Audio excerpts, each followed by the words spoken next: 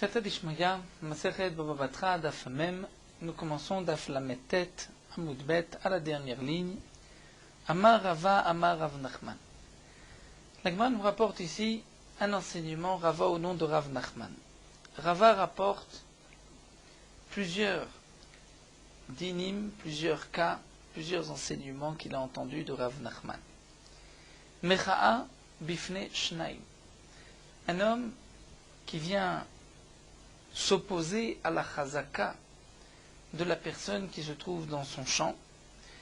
On va dire que Réhouven prétend que Shimon s'est installé chez lui et que Shimon est un voleur. Donc cette mecha'a, bifne shnaim, peut se faire devant deux personnes. Nous avons vu auparavant que c'était une marloquette devant deux ou trois personnes.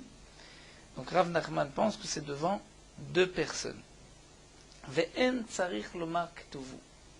Mais il n'a pas besoin de dire aux témoins, écrivez sur un shtar comme quoi j'ai été moché, je me suis opposé. C'est-à-dire que c'est évident que les témoins vont inscrire sur un shtar, un tel est venu nous dire que sur son champ s'est installé Shimon, Shimon est un voleur, et donc Réhouven s'oppose à la chazaka de Shimon. On lui écrira ce shtar, afin que ce shtar soit la preuve que pendant les 3 premières années, donc Réhouven s'est opposé à la chazaka de Shimon. Donc le chidouche ici de Rav Nachman, c'est d'abord Mecha bifne shnaim devant deux personnes, mais aussi En tzarich lomar ktuvu. Nous n'avons pas besoin de dire aux témoins écrivez, les témoins vont écrire de par eux-mêmes, parce que nous faisons intervenir la notion, nous explique le Rashbam, de Zachinu la Adam shelo befanav, c'est-à-dire qu'on peut faire du bien à une personne même s'il n'est pas là, même s'il ne nous a pas demandé. Et ce shtar pour Réhouven qui vient s'opposer à la chazaka de Shimon, c'est un srout pour lui. C'est bien pour lui qu'il ait dans ses mains un shtar, puisque demain, grâce à ce shtar, il pourra prouver sa mecha'a qu'il s'est opposé. Donc je considère que certainement, Réhouven aurait été d'accord qu'on lui écrive un shtar, puisque c'est à son avantage. La Gemara continue, deuxième din de Rav Nachman. Moda'a bifne shnaim ve'en tzarich lomar ktuvu. La moda'a. Moda'a, c'est lorsqu'on a forcé un homme à vendre. À vendre ou à donner un objet ou un terrain lui appartenant. Et il va écrire un shtar comme quoi il vend ce terrain à un tel, ou il donne ce terrain ou telle chose à un tel. Puisqu'on l'a forcé à vendre, à donner, il devra, devant deux témoins auparavant, leur dire, sachez que la vente que je vais faire bientôt, dans quelques instants, ou le cadeau que je vais donner dans quelques instants devant des témoins, je le fais malgré moi, on m'a forcé. Et donc ce que j'écrirai par la suite, je l'annule dès maintenant. Nous avons cette possibilité, c'est ce qu'on appelle une moda'a. On va faire savoir, avant d'écrire le shtar matana ou shtar mecher, le shtar de la vente ou du cadeau, de ce don, on va dire devant deux témoins, sachez que j'ai été forcé, et donc ce qui va se passer par la suite est malgré moi. Donc bien sûr, la moda ne peut se faire qu'avant d'écrire le shtar de vente ou avant qu'il fasse don de son bien. Puisque si c'est après avoir écrit un shtar, il se rend devant deux témoins et il dit « j'ai été forcé à vendre mon terrain ». Donc dans tous les cas, lorsqu'un homme vend, il peut ensuite se rendre, dès qu'il regrette, chez deux témoins et leur dire « j'ai été forcé ». Donc bien sûr, on parle que la moda se fait avant la mechira. Donc cette moda se fait devant deux personnes. Et il n'a pas besoin de dire écrivez le shtar moda'a, étant donné que c'est un srout pour lui, c'est à son avantage qu'on lui écrive qu'il a été forcé, donc les témoins le feront, même si il ne leur a pas demandé. C'est vrai que le Rashbam pose une question, nous allons voir encore un autre cas, mais là les deux premiers cas c'est Bifne shnaim ve'en tzarich lomar ktuvu. Donc pourquoi les deux premiers cas n'ont pas été écrits ensemble? Amar Rav Nachman mecha ou moda'a, bifne shnaim ve'tzarich lomar ktuvu. Pourquoi en deux étapes? Le Rashbam répond qu'en vérité, Rava l'avait entendu de Rav Nachman à deux reprises, deux fois totalement différents, dans un contexte différent. Une fois Rav Nachman parlait de la Mecha'a, une fois Rav Nachman parlait de la Moda'a. Donc ensuite Rava a rapporté les enseignements de son maître, mais il a rapporté tel qu'il l'avait entendu, donc chaque enseignement à part. On continue, troisième enseignement, Hoda'a bifne shnaim vetzeich le maktubu. Hoda'a, c'est-à-dire que lorsqu'un homme reconnaît devant deux personnes, Réhouven, devant deux témoins, reconnaît et dit à Shimon, je te dois effectivement tant, il est devant deux témoins, donc sa Hoda'a le rend chayav, il devra par la suite donc payer la somme qu'il a avouée.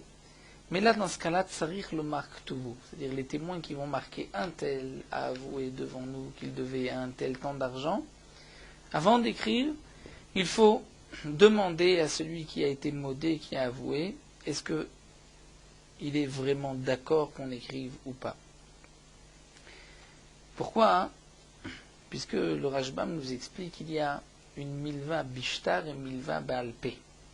C'est-à-dire un homme peut prêter de l'argent, il peut prêter en inscrivant sur un shtar. J'ai emprunté un tel, il y a deux témoins. Mais ça peut se faire aussi baalpé. Quelle est la différence entre bishtar ou baalpé? Entre autres, il y a le din de shibud nechassim, les biens qui sont hypothéqués. Mais aussi, est-ce qu'il pourra par la suite dire j'ai remboursé? Si on a écrit sur un shtar, un tel doit à un tel, il ne pourra pas demain dire j'ai remboursé, puisqu'il y a un shtar contre lui. Donc, nous explique le Rashbam, si nous avons juste deux témoins, mais que rien n'a été écrit, alors nous verrons Bezrat Hashem par la suite, vers la fin de la Maseret, que Amalvet Chavero Be'edim, En Tzech Leforo Be'edim. Celui qui a prêté de l'argent, lorsque le lové rembourse, il n'a pas besoin de rembourser devant des témoins, même si le prêt s'est fait devant deux témoins, parce qu'il n'y a pas de shtar. Donc c'est vrai qu'aujourd'hui Rouven reconnaît qu'il doit à Shimon tant, c'est la Hoda'a bifne shnaim, mais tsarich le maktubu, si on veut écrire un shtar, et donc à ce moment-là ça devient une milva bishtar, et qu'ensuite il ne pourra pas dire j'ai remboursé, donc il faut lui demander est-ce qu'il est d'accord qu'on écrive un shtar ou pas, puisque c'est contre lui. Kinyan bifne shnaim, ven tsarich le maktubu. Un kinyan. Lorsqu'un homme fait un kinyan soudar sur n'importe quelle chose, il faut deux témoins. Lorsqu'il s'engage, lorsqu'il est makné, un acte d'acquisition par un mouchoir, lorsqu'il prend un foulard, un mouchoir, un vêtement, et qu'il le lève, il est mitraillé. Le kinyan doit se faire bifne shnaim. Le fameux kinyan soudar que nous connaissons, c'est le khatan sur la choupa, qui va s'engager vis-à-vis de sa kalach, tout ce qui est marqué dans la Ktouba, il va faire un kinyan soudar, il va prendre un mouchoir, une kippa, n'importe quel habit, et il va le soulever, et en le soulevant, il fait ici un acte d'engagement. Donc ce kinyan se fait devant deux personnes,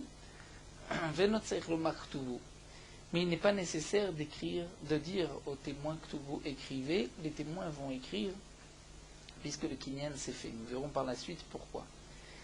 Et cinquième din de Rav Nachman, Vekiyum shtarot bishlosha. Lorsqu'on va authentifier la signature de témoins qui ont signé sur un shtar, le kiyum shtarot doit se faire devant trois personnes, devant un beddin.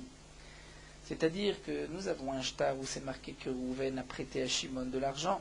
Réhouven doit, si les témoins veulent partir au loin, Réhouven doit aller au Beddin, se rendre au Beddin et avec les témoins et leur demander d'authentifier la signature, parce que si demain ces témoins vont partir les Mdinatayam ou outre-mer, et que le lové dira mais non c'est Mezouïaf, c'est-à-dire que c'était falsifié, ou j'ai déjà remboursé, il faudra donc prouver que les témoins ont réellement signé. Donc les témoins qui ont signé, si ces témoins sont partis, on devra trouver d'autres témoins qui connaissaient leur signature ou comparer avec d'autres signatures de ces mêmes témoins, ce qui est plus difficile. Donc c'est pour cela qu'il vaut mieux directement, avant que les témoins ne partent, les amener au Beddin et qu'il puisse donc témoigner devant le Beddin, c'est notre signature, et à ce moment-là, il nous faut 3 dayanim. Et le Rashbam nous explique pourquoi 3 dayanim. Parce que un Beddin, c'est seulement un Beddin de 3 personnes. Un Beddin de 2 personnes est appelé un Beddin Khatsouf, insolent. Donc lorsque nous avons 3 personnes, c'est comme si ces 2 témoins sont venus témoigner au Beddin que la signature est la leur. Mais s'il n'y a que 2 personnes, c'est comme si ces 2 personnes témoignent que 2 autres témoins leur ont dit telle ou telle chose. Et ça, c'est ce qu'on appelle ed mipi ed, c'est-à-dire répéter ce qu'un témoin t'a dit, c'est pasoul. Donc c'est pour cela qu'il nous faut 3 témoins. Amar Rava, Rava poursuit, nous dit Hikasheli. Donc j'ai rapporté l'enseignement de Rav Nachman. Dans certains cas, c'est 2, il faut dire Ktuvu. Dans d'autres cas, 2, il ne faut pas dire Ktuvu. Et parfois, c'est même 3. Rava nous dit Hikasheli, si j'ai une question, c'est l'enseignement de Rav Nachman Hakasheli. Voici quelle est là ma question. Akinyan echidame, ce kinyan, aikinyan echidame. De quel cas il s'agit? C'est-à-dire le kinyan que nous avons vu, où il faut bifne shnaim, mais il n'est pas nécessaire de dire Ktuvu, de quel cas il s'agit? De quel kinyan? Si on considère que ce kinyan est comme un maaseh betedin, c'est-à-dire, nous explique le Rashbam, si on le compare à un maaseh bedin, à ce qui a été écrit au bedin, pourquoi? Parce que ça ressemble à un din de dayanim, on fait sortir de l'un pour donner à l'autre, donc les kinyan, par leur témoignage, on va sortir un objet des mains de l'un pour l'autre, puisqu'il y a eu un acte d'acquisition. Donc, puisque c'est ainsi, ça ressemble au maaseh bedin. Si ça ressemble au maaseh bedin, alors l'ibah est laté. Nous devrions avoir 3 témoins. Pourquoi juste 2 pour le kinyan? Il faudrait 3, puisque c'est un bedin. Et l'ok est maaseh bedin, mais si on ne le considère pas comme un maaseh bedin. Et donc, c'est pour cela que nous avons besoin de 2 personnes. Alors, pourquoi Amay notzech lo maktuvu? Pourquoi dans ce cas-là, on ne dit pas ktuvu? Étant donné que c'est un chov, c'est-à-dire c'est contre lui, lorsqu'on va écrire, qu'il s'est engagé, qu'il a fait un acte d'acquisition.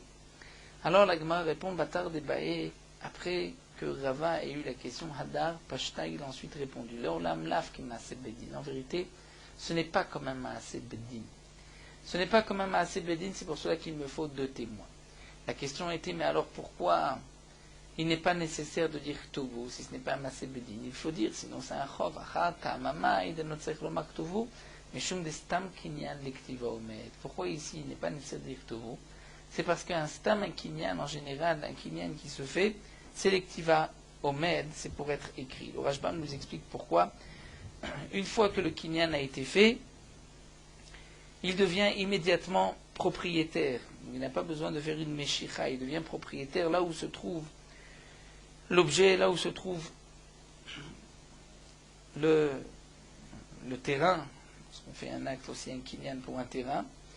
Et donc, puisque le kinyan, il est pour une utilisation, pour pouvoir prendre le bien immédiatement, donc certainement qu'il veut aussi qu'on lui écrive un shtar, afin que le kinyan se fasse de la manière la plus nette et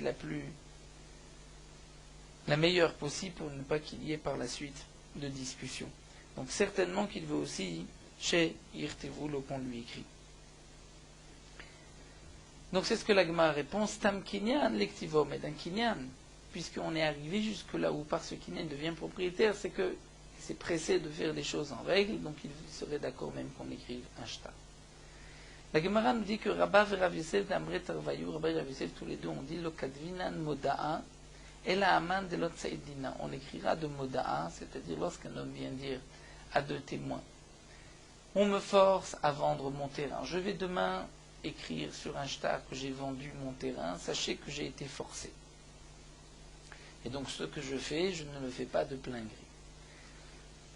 Rabba et Rav Yosef nous disent, cette moda'a ne peut être écrite par les témoins que Aman de l'Otsaïdine sur un homme, si l'homme en question qui le force est un homme qui n'écoute pas le Bedin. Il a une réputation d'être sarvan dina, de ne pas écouter le Bedin. Donc là, dans ce cas-là, on va écrire la moda'a, puisque cet homme a été forcé dans un cas de force majeure. Mais Abaye et Rava d'Amre Tarvayu, Afilu Alay ve'alecha. Abaye et Rava ne sont pas d'accord et pensent que Afilu Alay ve'alecha. C'est-à-dire même si c'était sur toi et sur moi. C'est-à-dire même que nous écoutons ce que le Bedin tranche, malgré tout, il faut écrire une moda, puisque parfois le Bedin n'est pas là, n'est pas présent, donc au moins par le Ktav, on est sûr d'avoir gain de cause. Donc peu importe, même si il est Tsayed Dina ou pas. Pour Rabba et Rav Yosef, s'il est Tsayed Dina, on ne va pas écrire, on va dire à cet homme-là, pourquoi tu fais cette moda, rends-toi au Bedin, le Bedin va juger. Mais Abaye et Rava pensent que non, que même sur toute personne n'écrit une moda. Amre Narde et l'Agma nous rapporte que les Chabim, les sages Narde, ont dit Kol moda'a de l'oktivba. Toute moda'a, où ce n'est pas marqué, c'est-à-dire les témoins qui ont écrit un tel nous a confié qu'il va vendre son terrain, mais il a été forcé de vendre son terrain. Si les témoins n'ont pas écrit Anan Yadinan Bebe Onsa de Plania, nous savons quel est le honnête de un tel, nous savons qu'il a été véritablement forcé à vendre son terrain. Si ce n'est pas marqué, c'est juste marqué un tel nous a dit qu'il a été forcé, l'av modaï, ce n'est pas une moda. Il faut préciser, nous connaissons, nous savons le honnête d'un tel. Alors le demande l'agma moda'a demai, de quel moda'a il s'agit? Nous allons voir plusieurs sortes de moda. Il peut y avoir une modaï des gitav et des matnata, c'est-à-dire un homme va donner un guet à sa femme. Et juste avant, il se rend chez deux témoins, il leur dit, sachez qu'on me force à donner un guet à ma femme, donc je viens annuler le guet que je vais écrire. Si c'est dans un cas pareil, ou bien d'une matana, c'est-à-dire je vais donner demain, ou dans quelques instants à un tel, je vais écrire un shtar, sachez que j'annule dès maintenant, puisque je suis forcé. Alors nous dit la Gemara, Gil ou Milta Be'almahi, là on ne comprend pas pourquoi est-ce nécessaire de dire nous connaissons le honnête. En vérité, c'est juste Gil ou Milta Be'alma, c'est juste qu'il faut faire savoir, et beaucoup de gens sauront quel est le honnête. Le Rashbam explique que signifie Gilouï Milta Be'alma. Le Rashbam nous dit beaucoup de gens pourront savoir demain de quel honnête il s'agit. Étant donné que lorsqu'un homme donne un cadeau ou écrit un guet, il ne reçoit pas d'argent en contrepartie. Donc si vraiment cet homme-là veut donner un guet ou veut donner ce cadeau, pourquoi a-t-il besoin de se rendre chez deux témoins et d'être moser moda, de leur dire je ne veux pas? Si en vérité cet homme-là ne veut pas donner de guet, ne veut pas donner de cadeau, alors pourquoi Bichlal il le donne le guet et le cadeau? Donc c'est sûr que cet homme-là, lorsqu'il vient nous dire j'ai subi un honnête, je crois à son honnête, même s'il ne me précise pas ce qu'il s'est passé, je vais dire il est forcé. Ce n'est pas juste qu'il a changé d'avis, puisqu'on va dire à cet homme-là tu veux donner, donc donne. Pourquoi tu moser moda? Tu ne veux pas donner, alors pourquoi tu donnes un guet? Donc si on voit que cet homme-là donne un guet, mais nous dit auparavant qu'il a été forcé, je le crois. Je n'ai pas besoin d'aller chercher exactement quel est le honnête, puisque de toutes les manières, un jour ou l'autre, on le saura. Mais nous explique le Rashbam, s'il s'agissait d'une vente, là, dans ce cas-là, on doit savoir quel est le honnête. Parce que lorsqu'un homme vend, il reçoit de l'argent. Peut-être qu'aujourd'hui, il a besoin d'argent. Et il se dit, je veux vendre mon terrain, j'ai besoin d'argent aujourd'hui, mais je veux aussi avoir la possibilité de peut-être le récupérer par la suite si je retrouve de l'argent. Donc il va vendre, et juste avant, il va se rendre chez deux témoins et leur dire, je suis forcé, je ne veux pas vendre, mais on me force, afin que demain, lorsqu'il aura de l'argent, il pourra rembourser. Donc là, les témoins doivent savoir auparavant exactement quel est le honnête. On ne peut pas dire, il a été moser moda à écrire, il y a eu honnête si on ne sait pas. Dans Get et Matana, même si on ne sait pas, puisque cet homme-là nous dit qu'il a eu un honnête, je le crois. S'il n'a pas de honnête, pourquoi il est moser moda? Ou alors pourquoi il donne le Get? D'ailleurs, nous dit le Rashbam, lorsqu'un homme va donner le Get à sa femme, avant qu'il donne le Get, on va lui ordonner d'annuler tout ce qu'il aurait pu annuler auparavant. Puisqu'un homme peut se rendre au Bedin et juste avant, il est moser moda'a, il dit tout ce que je vais faire au Bedin, je l'annule dès maintenant. Donc lorsque un homme vient donner un guet à sa femme au Bedin, le Bedin va exiger de cet homme, avant d'écrire le guet, qu'il annule tout ce qu'il aurait pu dire auparavant, afin que le guet soit caché. Donc là, la Gemara nous dit, de quel cas il s'agit? Si c'est une moda'a de guet ou de matana, alors c'est juste pour une mollet, c'est-à-dire que c'est suffisant que cet homme-là ait dit j'ai eu un honnête, même si on ne sait pas exactement. Donc, on ne parlera pas de guet et de matanavi des évinés, si c'est d'une vente. Donc, comme nous l'avons expliqué, il vient nous dire je suis forcé à vendre. Donc, on va dire que ce n'est pas une moda tant qu'on ne sait pas exactement que c'est honnête. Sinon, peut-être qu'en vérité, cet homme-là veut aussi aujourd'hui avoir de l'argent et demain, lorsqu'il retrouvera de l'argent, il veut récupérer son champ. Mais pourtant, ce n'est pas possible non plus. On n'écrit pas de moda'a azvine lorsqu'un homme veut vendre. Lorsqu'un homme vend, on n'écrit pas de moda'a.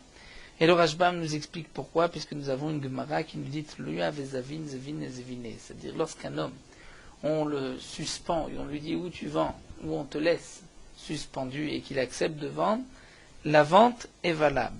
La vente est valable dans le cas, nous rapporte le Rashbam, on lui a dit vends-nous un terrain et que lui a choisi, il a dit ce terrain. Donc certainement, à cause de ce honnête, il a accepté de vendre ce terrain. Mais si on l'a forcé à vendre ce terrain, on lui a pris ce terrain, là dans ce cas-là, même si on dit zvinazvine, mais dans ce cas-là, l'osvinazvine, ce n'est pas une bonne vente, étant donné qu'on a précisé c'est ce terrain. Donc lui, il a été forcé à vendre ce terrain. Lorsqu'on ne lui précise pas le terrain et que lui le choisit, c'est d'une certaine manière, il est d'accord qu'on le prenne. Donc là, Gemara nous dit, on n'écrit pas de moda'a sur un sviné et sur une vente.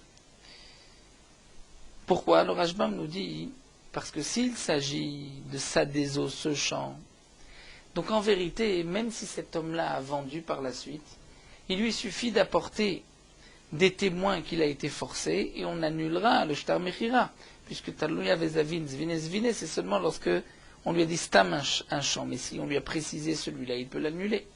Donc si on parle maintenant d'un champ Bessad et Stam, et que lui dit j'accepte que vous preniez ce terrain, même si auparavant il a été Moser Moda'a, étant donné qu'aujourd'hui il a choisi le terrain, on ne tient pas compte de sa Moda'a, et donc la vente est valable. Donc on comprend ce que nous dit ici Rava. Lokadvinan Moda'a Zvine. On n'écrit pas une Moda'a Zvine. Lorsqu'un homme vient dire on me force à vendre mon terrain, on n'écrit pas parce que Miman Afshar. Si on t'a forcé à vendre ce terrain, apporte une preuve qu'on t'a forcé à vendre et tu pourras demain annuler la vente. Et si on t'a forcé à vendre un terrain et que tu as choisi celui-là, alors dans ce cas-là, Béhémet, tu ne peux plus revenir en arrière. Alors la Gemara va répondre et va nous dire Léolam des Zviné. En vérité, on parle, la Messirat Moda'a, on parle des Zviné, c'est-à-dire d'une vente. Seulement, Modé Rava et Anis. Rava est d'accord lorsqu'il y a un honnête particulier qui m'a assez des pardissa. Lorsqu'il y a un honnête où cet homme-là risque de tout perdre, s'il ne donne pas une partie, comme nous allons le voir, là, on pourra dire que Rava est d'accord qu'on va écrire, que la moda est valable. Pourquoi des Aougavra? Il y avait une histoire d'un homme, des Mashkin Pardissa le Chavre les Tlatchanim, qui a laissé en Mashkon en gage son champ à son prochain pour 3 années, comme nous l'avons vu, par exemple, Mashkan Tadesura.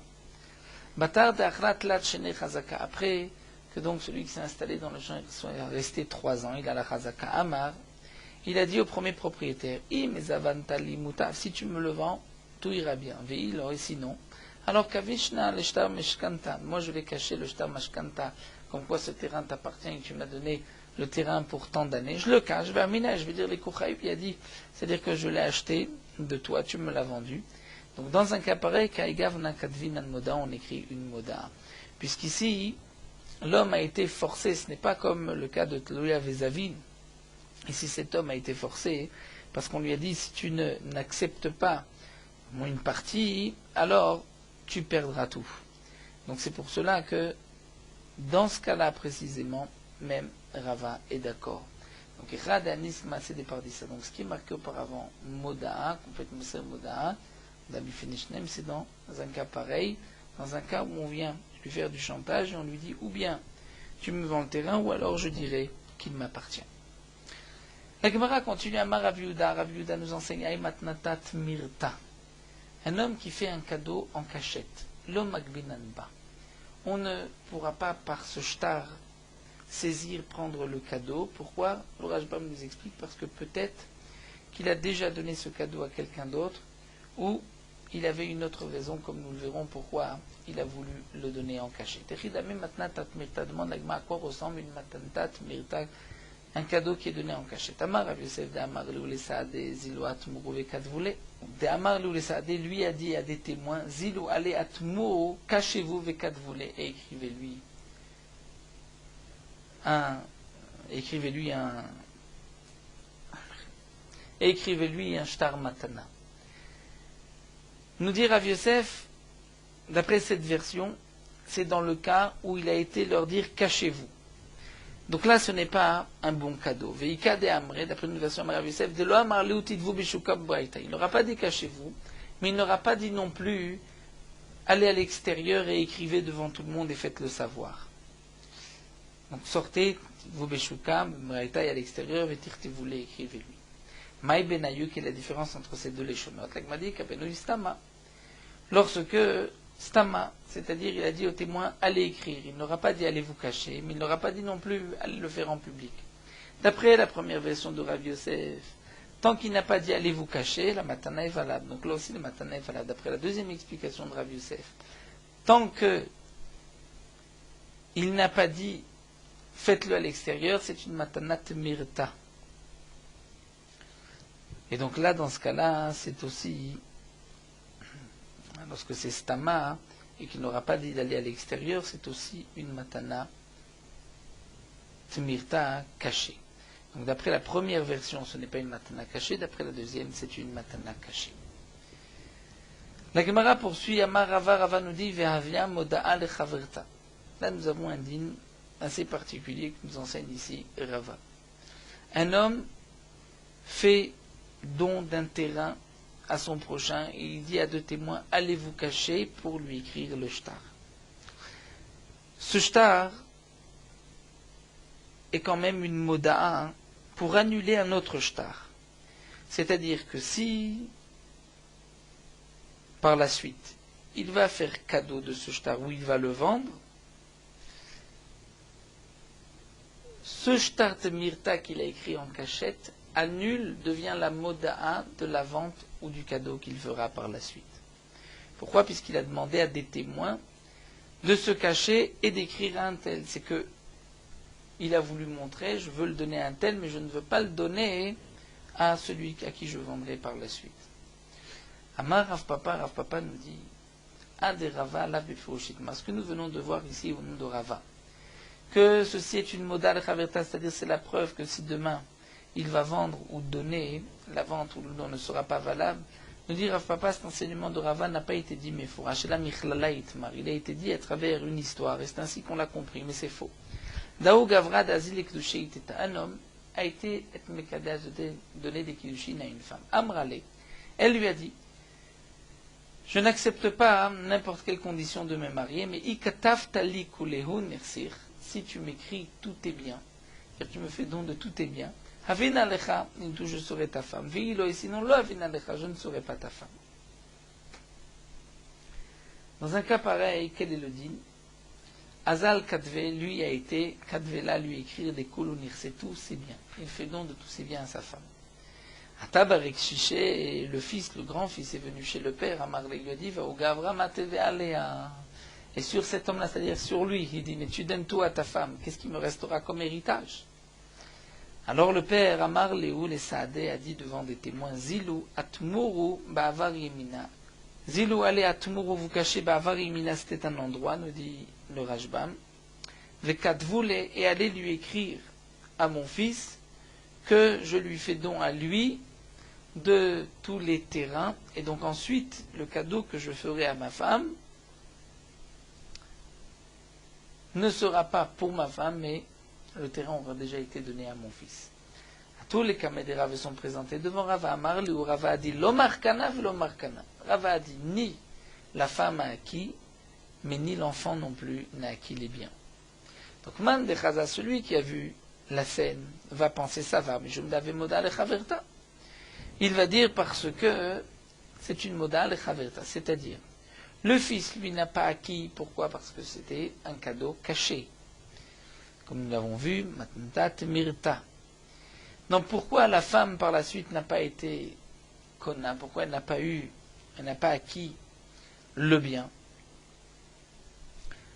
Donc là, Gemara nous dit, celui qui a vu ce que Rava a tranché, aurait pu comprendre, étant donné qu'il a voulu donner à son fils auparavant, donc c'est comme s'il est Moser Moda, il dit je ne veux pas le donner à ma femme par la suite. Donc celui qui a vu la scène a dit pourquoi ni l'un ni l'autre n'ont été connus. Le fils n'est pas connu parce qu'on lui a donné en cachette. Donc pour la mère non plus, il n'y a pas de kinyan puisqu'on l'a déjà donné avant, donc c'est une Moda Lechaverta. Mais l'Agma a dit Velohi, non, celui qui a compris ainsi s'est trompé. Là-bas, pourquoi, d'après Rava, on va dire que ni l'un ni l'autre n'ont acquis, c'est-à-dire que cette femme n'a pas acquis le cadeau, c'est parce qu'on voit bien que cet homme qui voulait donner des kiddushin à la femme a été obligé de lui écrire tous ses biens, puisque sinon elle ne voulait pas. Elle a dit je ne veux pas me marier. Donc lorsqu'il a écrit, on voit le honest, avalacha. Mais ici, dans notre cas, lorsqu'un homme fait cadeau d'un bien en cachette à Réhouven, et ensuite il fait le même cadeau à Shimon, est-ce que dans ce cas-là, le fait d'avoir donné à Réhouven, ça annule ce qu'il a fait à Shimon? Dit l'Agma, non, pas obligatoirement. C'est-à-dire pour un, il est d'accord, il veut lui donner, pour l'autre, il ne veut pas lui donner. Donc dans le cas de la femme, où elle n'accepte que si on lui donne, donc il n'a pas voulu lui donner, il a dit je vais me marier avec elle, ensuite je reprends le terrain. Donc c'est pour cela que le fait de donner avant à son fils est en soi une moda. Mais ici, puisqu'il n'y a pas dans notre cas de honest, c'est-à-dire il donne d'abord en cachette à l'un et ensuite il donne à un autre, il n'y a pas eu de honest, on n'a pas forcé à donner à un autre. C'est sûr que le premier cadeau d'avoir donné en cachette n'est pas considéré comme une moda pour le deuxième cadeau, étant donné que on va dire pour le premier, il ne voulait pas lui donner, c'est pour cela qu'il l'a fait en cachette, mais le deuxième, puisqu'il voulait lui donner, donc c'est pour cela qu'il l'a fait en public. En tout cas, nous voyons ici, nous dit le Rashbam, que Matanta Temirta n'est pas considéré comme une moda'a, le Chaverta, c'est-à-dire pour le deuxième cadeau, sauf s'il y a vraiment un honest dans le deuxième. Un honest, comme dit le Rashbam, des mouchach. Donc on revient à ce que nous avons vu. Réhouven, on va l'appeler David, donne d'abord à Réhouven, mais il dit au témoin, allez lui écrire en cachette. Et ensuite, il va donner à Shimon. Donc là, on dira que par rapport à Shimon, le fait d'avoir donné à Réhouven est en soi une moda'a, c'est comme s'il dit, je ne veux pas donner par la suite à Shimon. Est-ce que lui, Réhouven, a acquis? Donc là, nous avons vu que ça dépend comment il lui a dit, s'il a dit allez vous cacher ou ne le faites pas à l'extérieur. Dans l'autre cas de cette femme qui n'a voulu accepter d'être Mekudeshet, que si elle recevait tous les biens, donc là on voit le honest, c'est sûr que lorsqu'il a donné à son fils auparavant, c'était une moda'a, c'était la preuve qu'il ne voulait pas que sa femme puisse acquérir ensuite les biens. Donc là, dans ce cas-là, on dira c'est une moda'a lechaverta. Donc nous n'avons pas de cet endroit-là de preuve que Rava pense ainsi. Peut-être que celui qui a analysé les paroles de Rava s'est trompé. Hiba Ileu, la Gemara termine avec une petite question, un problème qui a été soulevé, Stama Mai. C'est-à-dire, nous explique le Rashbam. Étant donné que nous avons vu auparavant deux Leshonot de Rav Yosef, et que dans un cas, la matnat mirta, c'est lorsque je dis aux témoins, allez vous cacher. Dans l'autre cas, c'est lorsque je ne leur dis pas, allez écrire à l'extérieur devant tout le monde. Et nous avons vu que la nafkamina, c'est stama, lorsqu'il ne dit rien. Si on dit que matnat mirta, c'est lorsque je leur dis de se cacher, là je ne leur ai pas dit de se cacher. Si c'est lorsque je ne leur ai pas dit d'aller à l'extérieur, là je ne leur ai pas dit de l'écrire à l'extérieur. Donc la question de la Gemara ici est stama mai, c'est-à-dire, nous dit le Rashbam, sur quoi on est sommaire, sur quoi on s'appuie. S'il a dit stama, écrivez, mais il n'a pas dit à l'extérieur, quel est le dit? Est-ce qu'à ce moment-là, c'est une matantat mirta ou pas? Et donc, Ravina Marlo Chayshinan et Ravashema Chayshinan, Rava dit non, on ne tient pas compte, Ravashema Chayshinan, Vilcheta Chayshinan, Lacha c'est Chayshinan. Donc, pour Ravina Lo Chayshinan, c'est-à-dire que ce n'est pas une matanat mirta, on ne tient pas compte, étant donné que il n'a pas dit d'aller à l'extérieur, c'est pas grave, c'est caché. Mais si on dit Chayshinan, à ce moment-là, ce n'est pas caché. Le Rashbam donne une autre explication et nous dit que la question de l'Agma ici est sur une moda'a. C'est-à-dire que nous avons vu que lorsqu'un homme donne un cadeau à son fils, par exemple, en cachette, que ceci n'est pas une matanat, la matanat mirta n'est pas une moda lechaverta, c'est-à-dire ne vient pas sur l'autre, sauf si c'est dans un cas précis, comme nous l'avons vu de Honès. Donc stama, est-ce que c'est considéré comme une moda? Ça c'est donc la deuxième explication que nous donne le Rajbam, mais le Rajbam préfère la première. Donc le Rajbam conclut et nous dit que la halakha c'est chayshinan, c'est-à-dire on considère que c'est une matanat mirta qui est une en cachette, donc qui n'a pas été connue, comme la Gemara l'avait expliqué. Pourquoi doit-il se cacher si vraiment il veut en faire cadeau? Et c'est pour cela, nous dit le Rajbam, que dans le shtar on va écrire, et c'est ainsi qu'il nous a dit, allez écrire à l'extérieur et signer ouvertement. Voilà, nous allons nous arrêter ici à la Mishnah. On prendra Bezrat Hashem avec d'autres dinim dans la Chazaka. Nous terminons Morot Halacha Daf Mem. Celui qui n'a pas la possibilité de construire sa souka dans sa maison ou dans sa cour, mais seulement dans un endroit qui est loin de chez lui, ou celui qui habite dans un étage élevé, il n'a pas la possibilité de construire la souka chez lui, dans son balcon, mais dans la cour de l'immeuble. Il faudra construire la souka là où on peut. Et pendant la fête de Sukkot, manger et boire dans cette souka. Même si cet endroit est loin de sa maison, malgré tout, pendant Sukkot, la souka est devenue sa maison. Et toute l'année aussi, c'est l'habitude des gens de se déplacer d'une maison à une autre, de changer de résidence. Bien que manger, dormir dans cette souka demandera une fatigue, un effort supplémentaire, il peut même être ennuyé, être dérangé par cette souka, puisque chaque fois qu'il veut manger, il doit apporter ses kelim, ses couverts et son repas dans la souka. Malgré tout, il n'est pas dispensé de la souka, on ne peut pas dire qu'il est mitztaher. Mitztaher, c'est seulement lorsque l'on mange dans la souka, au moment où on mange, on est mitztaher. Mais d'être mitztaher pour pouvoir manger, pour arriver à l'accomplissement de la mitzvah, ceci ne s'appelle pas être mitztaher. Sinon, on pourrait dire que tout homme va se dispenser de la mitzvah de souka, puisque construire la souka, évidemment, des efforts. Donc ceci n'est pas considéré comme mitztaher. Le mitztaher, c'est seulement si on est au moment où on mange, où on habite, où on dort dans la souka et on est dérangé par la souka. Là, on est dispensé de la souka.